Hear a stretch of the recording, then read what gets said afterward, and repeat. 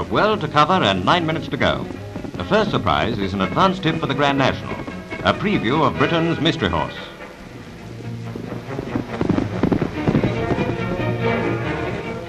He trains on Streatham Common and in London streets. He cost £100. His name is Michael's Pearl, and his owner, 10-year-old Michael Seward. Anyone on the lookout for a long shot, here it is. The most democratic thoroughbred in Britain.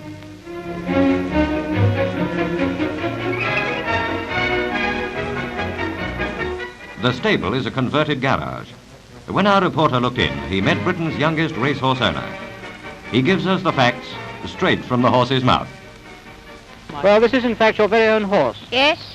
And your father bought him foil. Yes. Why did you choose this one? Well, he's got nice clean legs, plenty of heart room. He's a nicely made horse altogether. Your father's entered him in the Grand National. Yes. Well, what do you think his chances are?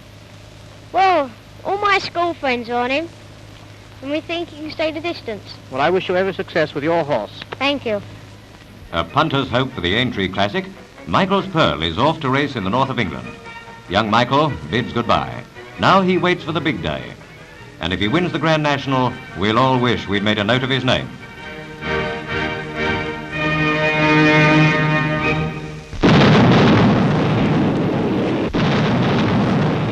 From Addis Ababa, dispatches show the Emperor of Ethiopia at a military parade. In the Abyssinian capital, the Negus inspects his troops.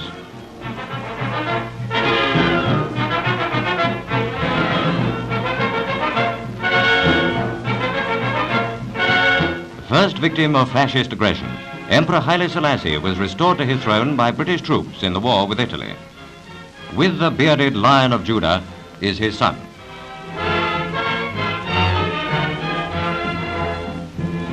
When Mussolini was in power, Emperor Haile Selassie spent many years as an exile in Britain.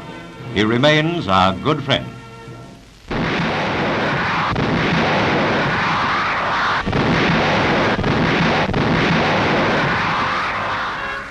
After 30 years' service in 2 world wars, the Warspite returns to Portsmouth Harbour.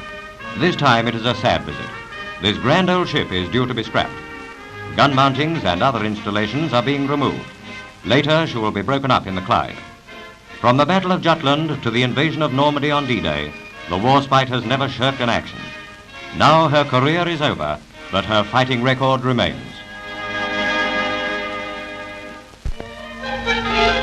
From Holborn Borough Council, a novel idea for teaching road safety to children. From scrap materials, they've made miniature models of roads and traffic signs. As the youngsters play, they learn safety first rules. Lining up to cross the road, there is a halt for the traffic lights.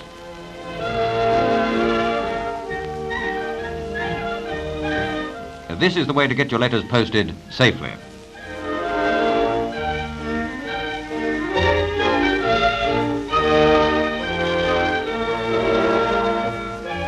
There is another way of getting there. Ask a policeman.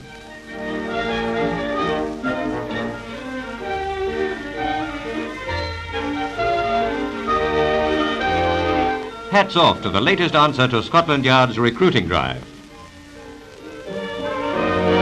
At Dursley, Gloucestershire, our reporters look in at the opening session of a novel golf school.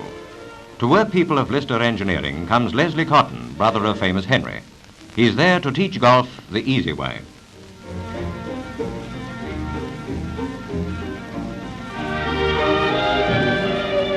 At 12 lessons are said to be enough. After that, down come the handicaps.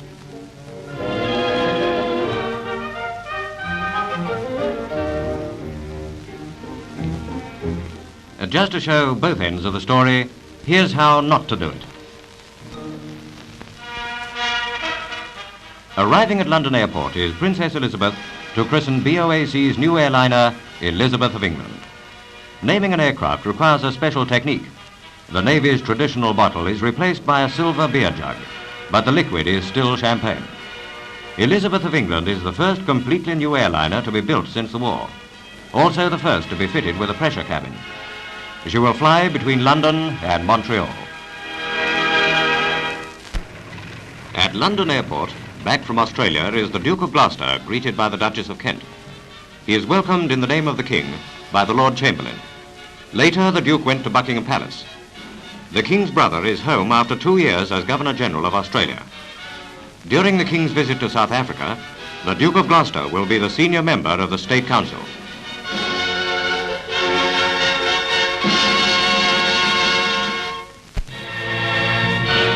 One year ago, a man came home to number 19 Rossington Road, Nottingham.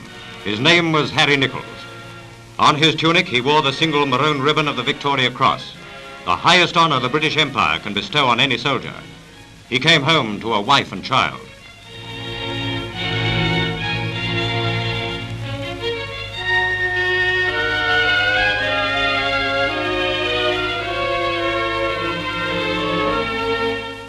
But what happened to ex-corporal Harry Nichols, VC?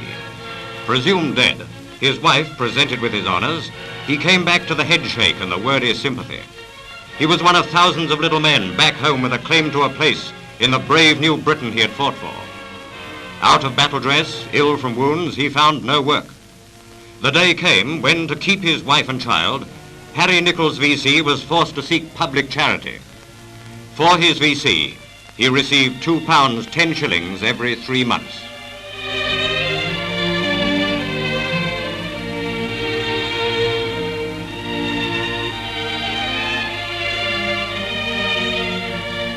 Now, Harry Nichols has been given a pension of 18 shillings and 9 a week. He has also found a job, not in the Britain he fought for, but 6,000 miles away in Rhodesia. This was the story of Harry Nichols, ex-guardsman, ex-athlete. For all you know and we know, there are hundreds of others like him who risked everything and received nothing. Pathe News will not allow any similar injustice which comes to its notice to pass without exposure. The British public will not stand for this.